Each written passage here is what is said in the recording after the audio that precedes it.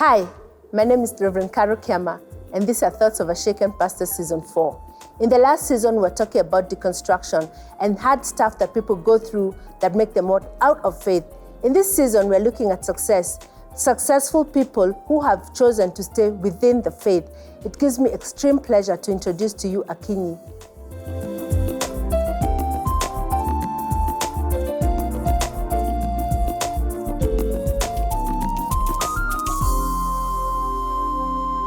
Welcome. Thank you. Hi, tell us a little bit about yourself.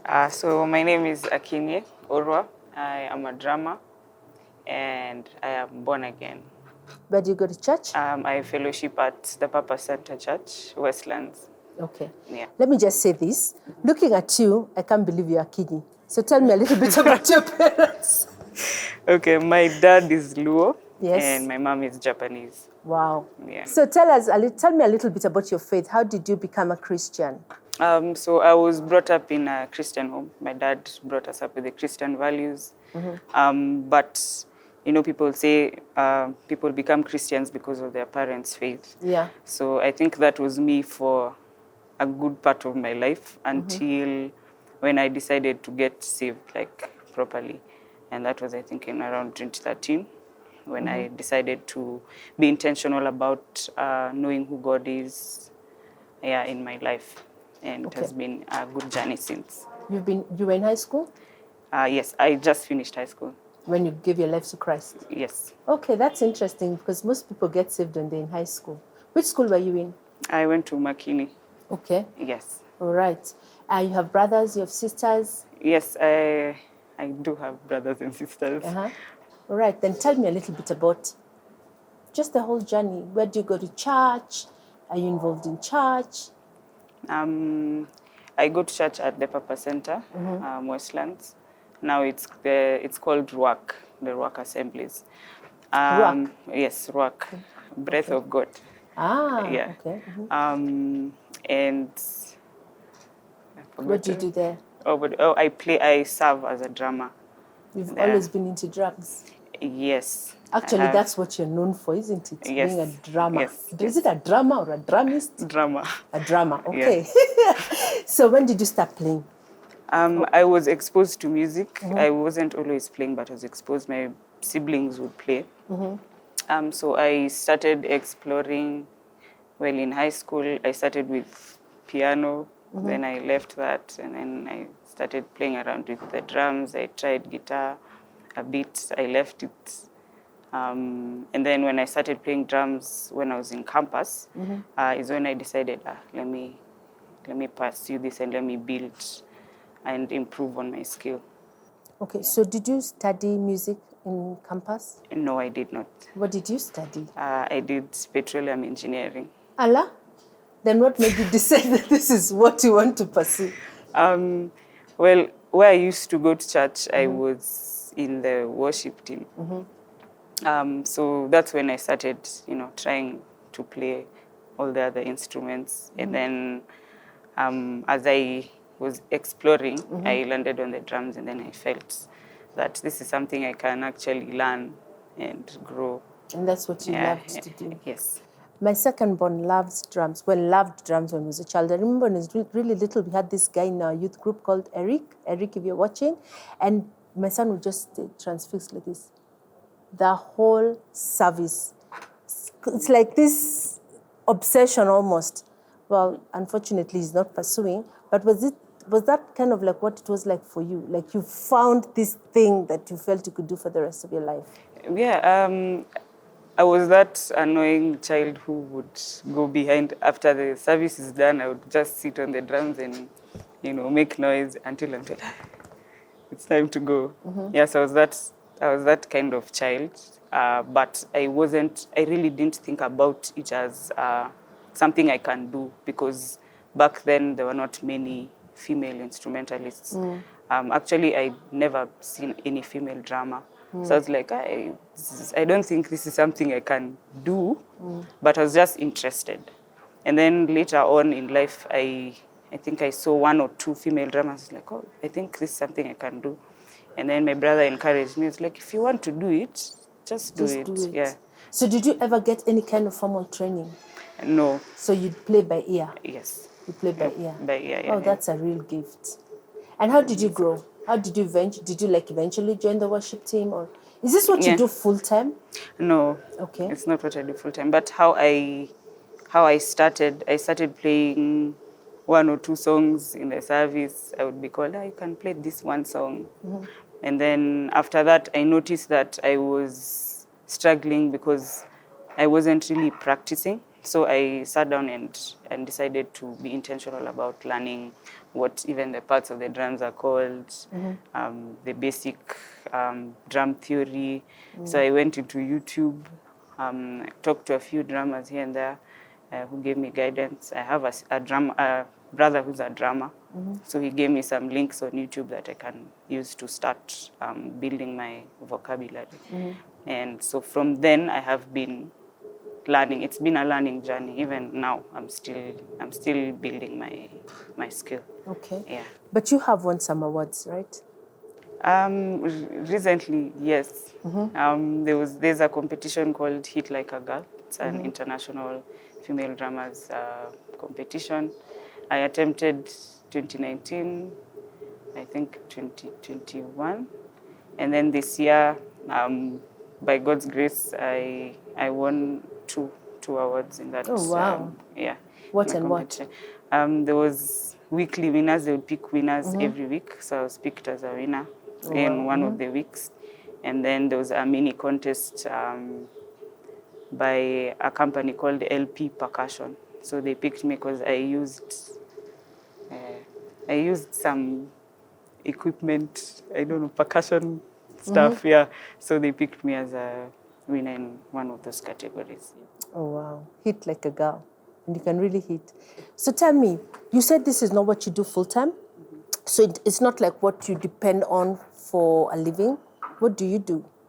I work in an oil and gas company. I'm in operations and environmental health and safety. Okay. Yeah, so that's what I do daily, 8 to 5, Monday to Saturday. But this Yeah. is your passion? But this is my passion, yes. Okay. Where do you play? Do you play in the secular field or just play for church? For now, I'm playing in church because the job does not allow me to, do all the gigs. But when I was in campus, I did a few gigs out there, and also I was privileged to play for a Fleo. Yeah, and also Praise Atmosphere, I've played, and mostly church Based events. based events. Yeah. Is that a conscious choice for you? Like you've decided this is my space, this is what I want to, I'm containing my gift towards this one space? Yeah, over time I decided that I would concentrate on gospel, being in the gospel scene, because I have tried the secular and I personally didn't feel. What was this that made you feel uncomfortable? Or what were some of the challenges? I think it's a value thing for me. I felt uncomfortable. Not that I am judging those who are in the secular industry, but for me, I felt that the values that have been instilled in me and the music that I was playing were not marrying. So that's why I've decided to remain in the gospel industry, because it's not something I have to think about when I'm going to play. Like if I'm going to play in church, I know I'm just going to play and serve and praise God with my gift. But on the other hand, I felt a disconnect. Yeah, that's just my opinion. And that's great. Yeah. That's great, because so many times when you're really gifted, then you feel like you want to maximize on the gift, and it is easy to find yourself, slowly shifting, and as you get more engulfed, then before you know it, you've lost your values, or even you've lost your reason for playing. And I like the fact that you say that you feel like, you're worshiping God with your gift. Yeah. But of course, it must have cost you choosing to say no and sticking to this chosen lane. Yeah, because the truth be told, out there are more, I can say, a bit more professional with their gigs. It's a bit more easy to work out there. So it takes a lot to say no, because even the pay is It's better. it's better. And the opportunities the seem more. opportunities seem more. They actually do seem more. So it took me a lot of thinking, and I actually I took a break, I think, from playing. Was there a lot of pressure, like to conform, everyone like treating you like you're the village idiot for refusing money? Well, it's not even the money. I think it's the environment for me, because I don't indulge most gigs. The gigs I went for, people were indulging in, alcohol and stuff. So I'd be like, no, thanks. So it was a bit every time. I don't do this. I don't do this. Every time it became a bit annoying, I can say. So I just decided, let me not be in such a place. And do you feel like that has limited your exposure or limited your reach? Yes and no. Yes and no, yeah, because yes, because there are many other opportunities out there, and no, because I think in the gospel space it's all about initiative. If you don't take initiatives, no one is going to take it for you. Yeah, so it was, I think, a blessing in disguise, because now that the opportunities didn't seem many in the gospel space, you can create for yourself. So yeah, that's what, it's not a main reason why, but I started a YouTube channel where I do covers monthly. And what's the name of the channel? If somebody wanted just to called my name, Akinyi Orwa. Akinyi Orwa. Yeah. So that's what inspired me to start. I said, if there are no opportunities, let me start my own. Okay. And looking back in the journey, it's been like what now? Like almost 10 years, right? Generally, yes. Generally playing, it's been like 10 years. What would you tell somebody starting out, passionate about the faith, obviously gifted? I mean, it's not just like anyone who gets awards, right? So obviously gifted and wanting to make an impact. What would you advise them in terms of staying solid in the faith? Or maybe even before you advise them, what would you say has kept you solid? For me, it's, I think, going back to the basics and understanding who is responsible for who you are. And for me, that the answer is God. God is responsible for who you are as a person. He's the one who he's gifted you with. He's the one who's given you these gifts. So the moment you understand that it's God who has given you all this, I think for me it's a no-brainer. If it's like God has given you this, so if God has given me this, I will give this back. Yeah.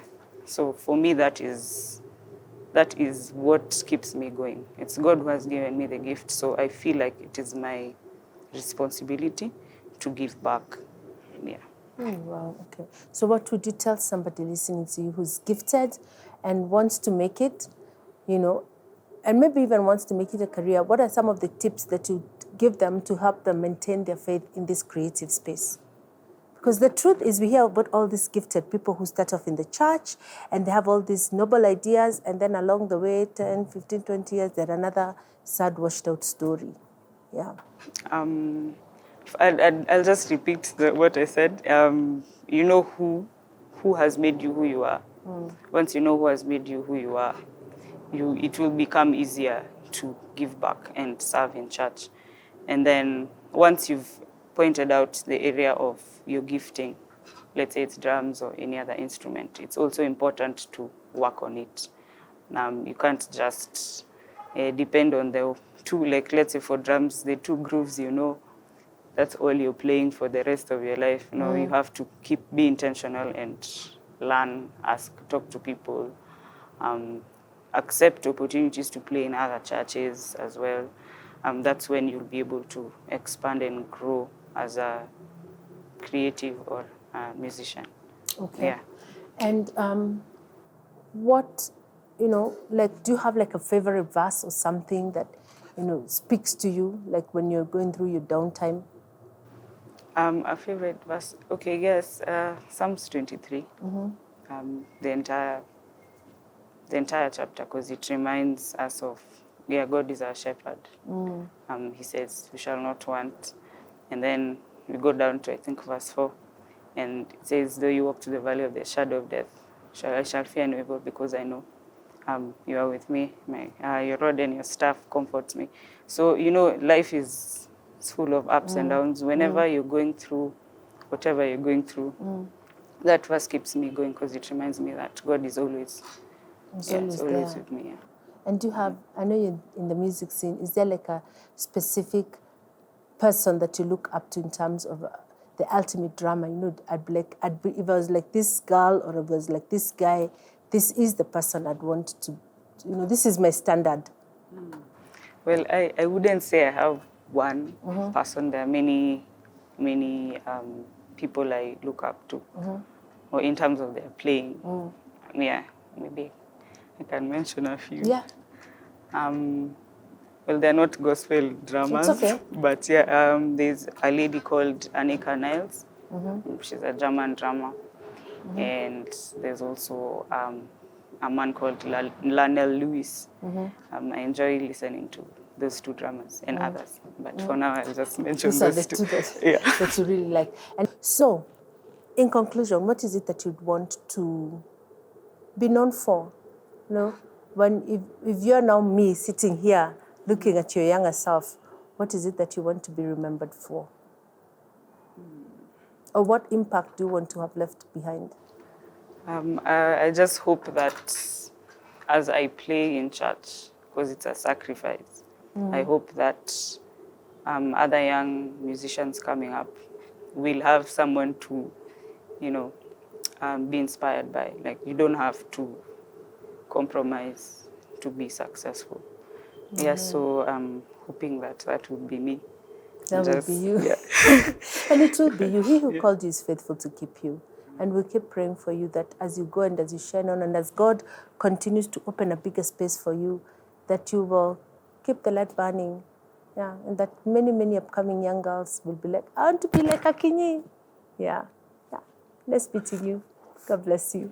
And if you're watching us out here and you have a gift or you have something that you'd want to give back to God, I just want you to be encouraged that there is nothing that is too little, and you don't know how far your gift is going to take you, because the Bible says that the gift of a man maketh room for him in the presence of kings. So I pray for you that as you continue going up the heights like Akinyi, that you will choose to keep it real, that you will choose to keep it close, that you will choose to glorify Christ. God bless you.